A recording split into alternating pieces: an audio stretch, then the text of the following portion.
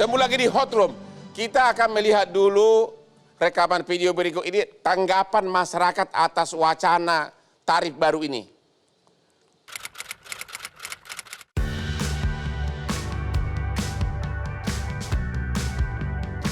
Kurang setuju sih, soalnya di beberapa negara juga kayaknya nggak sampai 750.000 ya.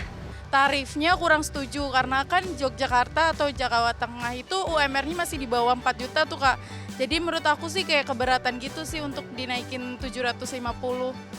Enggak setuju banget karena 700.000 itu menurut saya terlalu tinggi ya untuk masyarakat kita ya. Kalau misalkan harganya dinaikin terus wisatawannya nggak ada yang mau datang ke sini juga kan sama aja bohong jadinya. Apalagi buat yang lokalnya sendiri pun harganya tinggi banget. Nggak masuk akal aja sih harganya 750.000 cuma buat naik ke Candi Borobudur. Soalnya itu terlalu mahal, apalagi itu kan jadi media pembelajaran buat siswa kan, jadi itu terlalu tinggi harganya. Dan kalau misalkan orang lokalnya juga nggak pada mau ke sana mau gimana? Nggak setujunya itu buat warga Indonesianya, cuma kayak terlalu tinggi banget gitu. Cuma kalau buat negara lain setuju, soalnya itu kan bisa buat dapat pemasukan Indonesianya makin berkembang aja gitu. Saya sih setuju aja ya, soalnya itu kan menjaga supaya si candi itu tidak rusak, tidak apa gitu. Saya setuju kalau harga tiket masuk ke Candi Borobudur itu dinaikkan. Tapi ya proporsional, tidak harus langsung drastis naik jadi 750.000 rupiah umpamanya. Itu saya kira tidak masuk akal untuk konteks waktu dan kondisi sosial saat ini. Mungkin bisa bertahap atau dinaikkan secara gradual dalam beberapa tahap.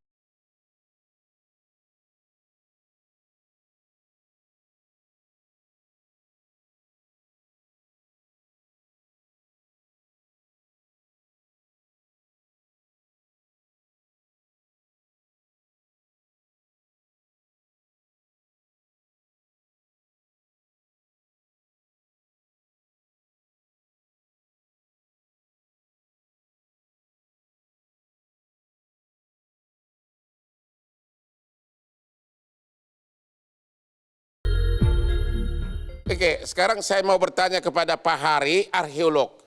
Pak Hari melalui Zoom. Apakah keadaan dari Candi Borobudur sangat mengkhawatirkan sehingga perlu dana yang sangat tinggi untuk konservasi?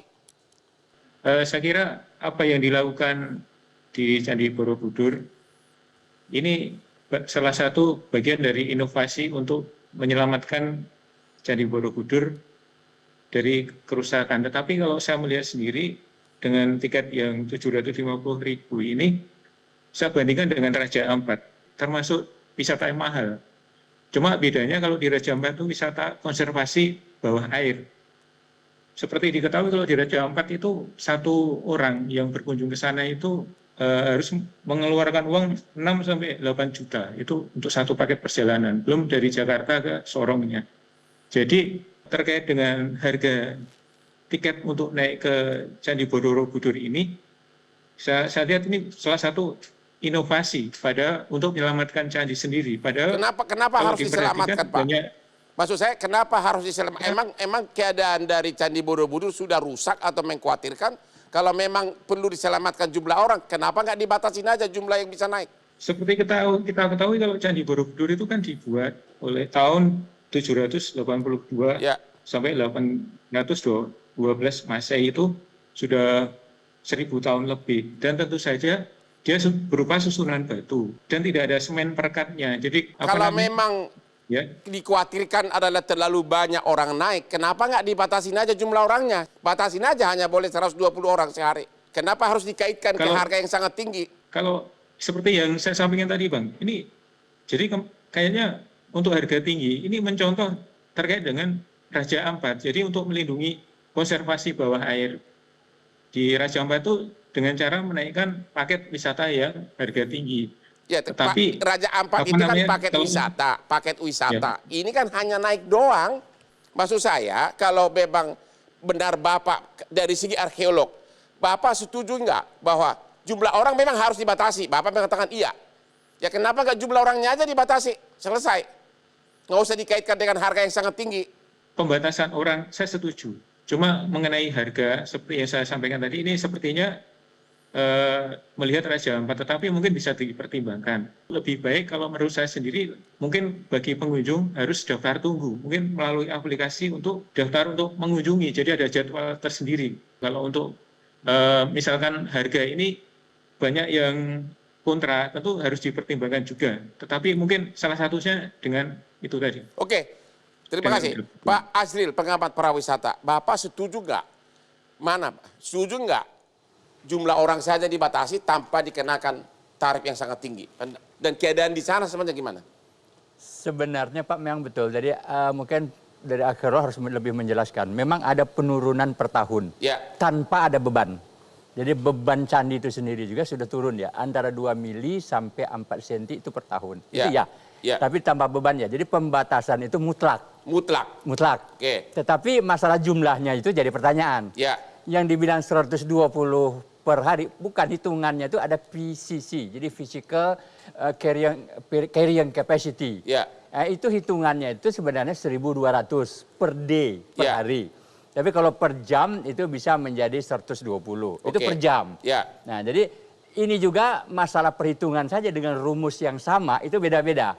Antara Balai Konservasi dan Bang Sandi sudah menyatakan 400.000 sampai 450.000 pengunjung saja, jadi perharinya 1.200 dibagi harinya. Nah, itu saja sudah berbeda. Jadi kesalahan ini kalau saya melihatnya adalah waktu pers release kita, informasinya itu kurang lengkap.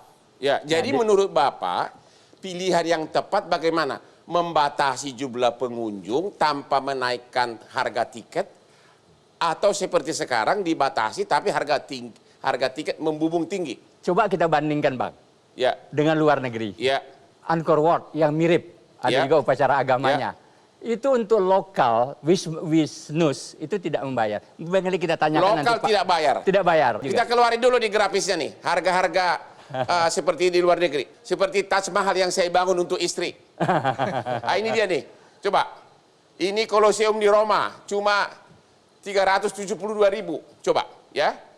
Di Mesir, cuma 361.000. Di Mesir. Kemudian, ini yang saya bangun untuk istri. Ya, cuma 429.000. Ya, Taj Mahal. Ya. Berikutnya. Ini Angkor Wat cuma 534.000. Untuk orang asing. Ya. Bukan untuk lokal. Ini untuk asing atau lokal ini? Asing. Lokal gratis. Gratis. Ini lokal gratis. Kalau begitu, kalau Bapak pribadi sebagai pengamat pariwisata, tepat enggak itu wacana 750.000 untuk lokal dan untuk asing $100 untuk naik? Yang yes ada... or no dulu, Pak? Ya. Setuju atau tidak angka itu? Saya kira dengan 50.000 aja udah cukup sebenarnya. Jadi kan nggak perlu naik. Tidak perlu naik untuk terus? Dengan 50.000 aja sudah cukup. Karena apa? Pembatasan itu tidak perlu dikaitkan dengan harga. Tidak perlu. Apakah karena memang perlu uang? Itu lain lagi. Itu dua hal yang berbeda, Pak. Ya itu dia. Dua hal yang berbeda. Memang dana konservasi dari Kementerian Pendidikan kemana duitnya? Ada, masih ada. Masih ada. Tapi kementeriannya lain.